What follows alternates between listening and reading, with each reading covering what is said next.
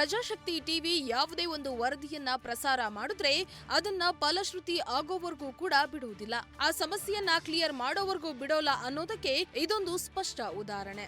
ವರದಿ ಮಾಡಿ ಕೇವಲ 2 ದಿನಗಳು ಕಳೆದಿದ್ದು ಪ್ರಜಾಶಕ್ತಿಯಲ್ಲಿ ಪ್ರಸಾರವಾದ ಉಪರಳಿಯ 24ನೇ ವಾರ್ಡ್ನಲ್ಲಿ ಕಸ ಚರಂಡಿಯ ವರದಿಯನ್ನ ನೋಡಿ ಎಚ್ಚೆತ್ತ ಅಧಿಕಾರಿಗಳು ಇಂದು ಸ್ವಚ್ಛತಾ ಕಾರ್ಯ ಆರಂಭಿಸಿದ್ದಾರೆ. ಇದು ಪ್ರಜಾಶಕ್ತಿ ಟಿವಿಯ ಫಲಶ್ರುತಿ. ಇದರ ಬಗ್ಗೆ ಸ್ಥಳೀಯ ಸಾರ್ವಜನಿಕರು ಪ್ರಜಾಶಕ್ತಿ ಟಿವಿಗೆ ಏನ್ ಹೇಳಿದ್ದಾರೆ ನೋಡೋಣ ಬನ್ನಿ. ಕಸ ನಿರ್ವಹಣೆ ಮತ್ತು ಇಲ್ಲಿ ಅವ್ಯವಸ್ಥೆ ಬಗ್ಗೆ ಮೊನ್ನೆ 3 ದಿವಸದ ಹಿಂದೆ ವರದಿ ಮಾಡಿದರು.